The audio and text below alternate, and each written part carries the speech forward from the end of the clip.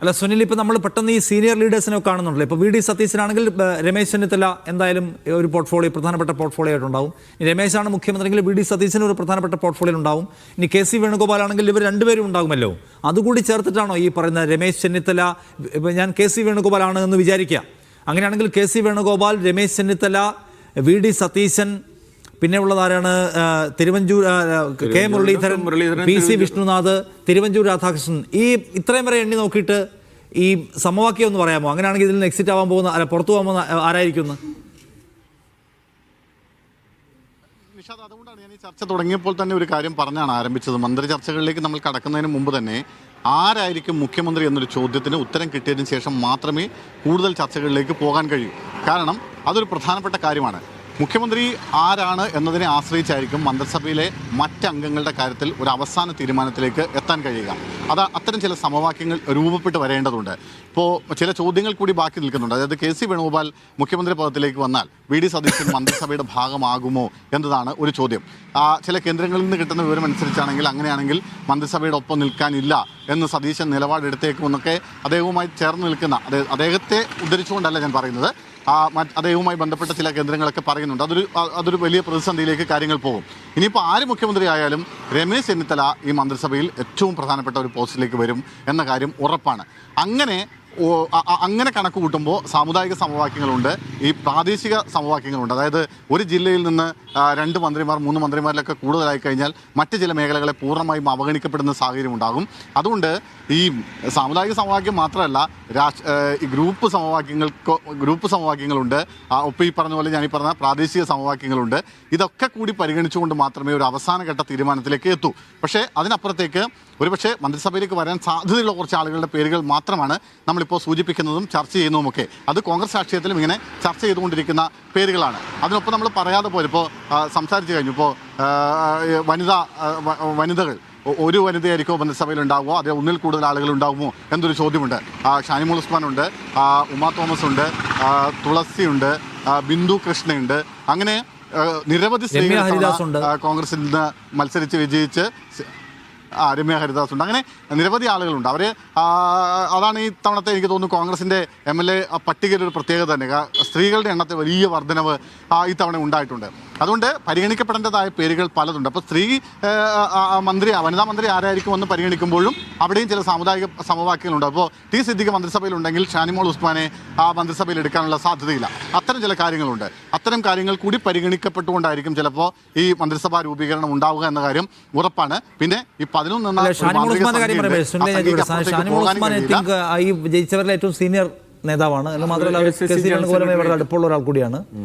വേണമെങ്കിൽ വനിതാ പ്ലസ് മുസ്ലിം മറ്റൊരാളെ അക്കോമഡേറ്റ് ചെയ്യാൻ പറ്റും. കോൺഗ്രസ് ആലോചിക്കാൻ പറ്റുന്ന, കോൺഗ്രസ് അങ്ങനെ ആലോചിച്ച് കളയും. സുനിൽ അങ്ങനെ ആലോചിക്കാൻ സാധ്യതയുണ്ടോ? പക്ഷേ ആ നിലയ്ക്ക് അവിടെ മുസ്ലിം പ്രാതിനിധ്യം വരുന്നു എന്നുള്ളതുകൊണ്ട് സിദ്ദിഖിനെ ഒഴിവാക്കാൻ സാധ്യതയില്ല.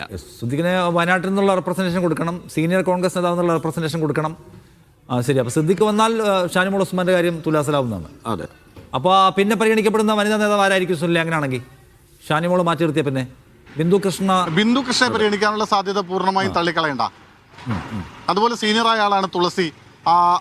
മാത്രമല്ല അവർക്ക് മറ്റു ചില ശ്രീകണ്ഠന്റെ ഭാര്യ കൂടിയാണെന്നാണ് ഞാൻ കരുതുന്നത്, അല്ലേ? അതെ, അത്തരം ചില കാര്യങ്ങൾ കൂടിയുണ്ട്. അതിനേക്കാളുപരി ദീർഘമായ പ്രവർത്തന പാരമ്പര്യമുള്ള ഒരാളും കൂടിയാണ് അവര്. അതെ, ഒരു ഭാര്യ എന്നതിനൊക്കെ അപ്പുറത്തേക്ക് അവർ വളരെ സീനിയറായ നേതാവാണ്. അതും പരിഗണിക്കപ്പെടേണ്ടതുണ്ട്. പക്ഷേ രമ്യ ഹരിദാസ് മന്ത്രി പദവിയിലേക്ക് വരാനുള്ള സാധ്യത വളരെ കുറവാണ്. ഞാൻ ഈ പറഞ്ഞതുപോലെ ഒന്നെങ്കിൽ ഷാനിമോൾ, അതല്ലെങ്കിൽ ബിന്ദു കൃഷ്ണ, അതുപോലെ PT-യുടെ ഭാര്യ കൂടിയായ ഉമാ തോമസ്, അവരെ കൂടി വേണം ഒരു പക്ഷേ ഇത്തവണ പരിഗണിക്കാൻ സാധ്യതയുണ്ട്. കാരണം വി.ഡി. സതീശൻ ലിജു മന്ത്രിസഭയിലുണ്ടാവോ?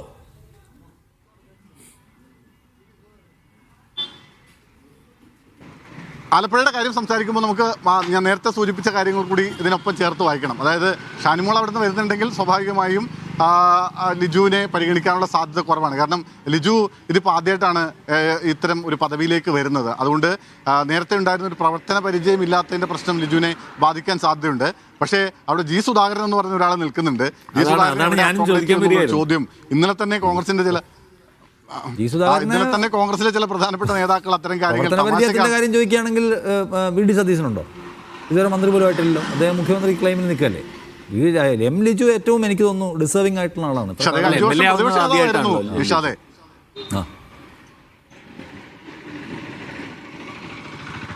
വയനാട്ടിൽ നിന്ന് കോൺഗ്രസ് ഒരു വനിതാ മന്ത്രിയെ കൊണ്ടുവന്ന് ഓർമ്മയില്ല. ആദ്യമായിട്ട് MLA ആവുന്നു, ആദ്യമായിട്ട് മന്ത്രിയാവുന്നു, ഓർമ്മയില്ല. ജയലക്ഷ്മി. അല്ല, ഇതിൽ സുനിൽ നമ്മൾ ആ നിലയ്ക്ക് നോക്കുമ്പോൾ നമ്മൾ സുധാകരന്റെ കാര്യം പറയായിരുന്നു. ഇപ്പോൾ സുനിൽ ഒരു നിമിഷം, സുധാകരൻ്റെ കാര്യം പറയുമ്പോൾ എന്ന് വെച്ചാൽ സുധാകരൻ കഴിഞ്ഞ LDF സർക്കാരിൻ്റെ കാലത്ത്, അതായത് 2016 LDF സർക്കാരിൻ്റെ കാലത്ത് ഏറ്റവും നല്ല രീതിയിൽ പ്രവർത്തിച്ച ഒരു മന്ത്രി എന്ന പേര് അദ്ദേഹത്തിനുണ്ട്. അതിന് വലിയ പ്രശംസ കിട്ടിയ ഒരാളാണ്. അതുപോലെ തന്നെ ദീർഘകാലത്തെ പാർലമെൻ്ററി പ്രവർത്തനത്തിൻ്റെ പാരമ്പര്യം ഇതൊക്കെ ഉള്ള ഒരാൾ. പിന്നെ ആലപ്പുഴയിൽ നിന്ന് ഇങ്ങനെ ഒരു വളരെ ഉജ്ജ്വലമായ ഒരു വിജയം നേടി എത്തുന്നു. അതൊക്കെ പരിഗണിക്കുമ്പോൾ അദ്ദേഹത്തെ കൂടെ നിർത്തേണ്ടത്, ഇപ്പോൾ CPM നിന്ന് വിട്ടുവന്ന ആളുകളെ മൊത്തം നോക്കിക്കഴിഞ്ഞാൽ അദ്ദേഹമാണ് അതിനകത്ത് സീനിയർ ആയിട്ടുള്ള ആൾ. അപ്പോൾ TK ഗോവിന്ദനെയോ V കുഞ്ഞികൃഷ്ണനെയോ ഒന്നും അങ്ങനെ പരിഗണിക്കാൻ കഴിയില്ല. അപ്പോൾ ആ പ്രക്രിയയ്ക്ക് ഒരു നെഗറ്റീവ് ക്വസ്റ്റ്യൻ ചോദിക്കട്ടെ.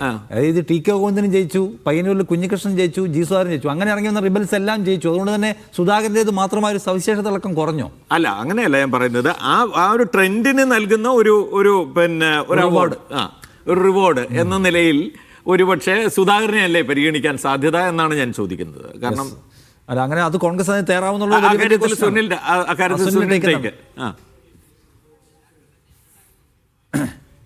മറ്റൊരു കാര്യം കൂടി പ്രധാനമായി പറയേണ്ടതുണ്ട് പ്രമോദ് സാർ. അതായത് ഈ മത്സരിക്കാൻ ഇറങ്ങുന്നതിന് മുമ്പ് KC വേണുഗോപാലും VD സതീശനും രമേശ് ചെന്നിത്തലയും അടക്കമുള്ള പ്രധാനപ്പെട്ട നേതാക്കളുമായി സംസാരിച്ച് ഒരു ധാരണയിലെത്തിയതിന് ശേഷമാണ് ജി സുധാകരൻ ഇത്തവണ തെരഞ്ഞെടുപ്പിൽ മത്സരിക്കുന്നത് എന്നാണ് ഞാൻ മനസ്സിലാക്കുന്നത്.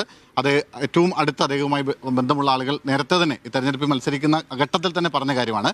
അന്ന് അദ്ദേഹം മുന്നോട്ട് വെച്ചൊരു കാര്യം, ഞാൻ ജയിക്കും, അമ്പലപ്പുഴയിൽ നിന്ന് ഉറപ്പായും ജയിക്കും, UDF കൂടി പിന്തുണച്ചാൽ ആ ഉറപ്പ് എനിക്ക് തരാം. പക്ഷേ പകരം ഞാൻ വെറുതെ ഒരു MLA ആയി അവിടെ നിയമസഭയിൽ വന്നിരിക്കാൻ തനിക്ക് താല്പര്യമില്ല എന്ന് പറഞ്ഞിരുന്നു പോലും. അങ്ങനെയാണെങ്കിൽ ഉറപ്പായും ആ ഒരു പ്രധാനപ്പെട്ട ഒരു പദവി അങ്ങേക്ക് തരാം എന്ന ഉറപ്പ് നൽകിയതിനു ശേഷമാണ് ജി സുധാകരനെ കളത്തിലേക്ക് സംസാരിക്കാനുണ്ട്. ഇനിയും ദിവസം മുഴുവൻ സംസാരിക്കാനുള്ള വിഷയം ഒന്ന് പറയാം. ഇപ്പൊ നമ്മള്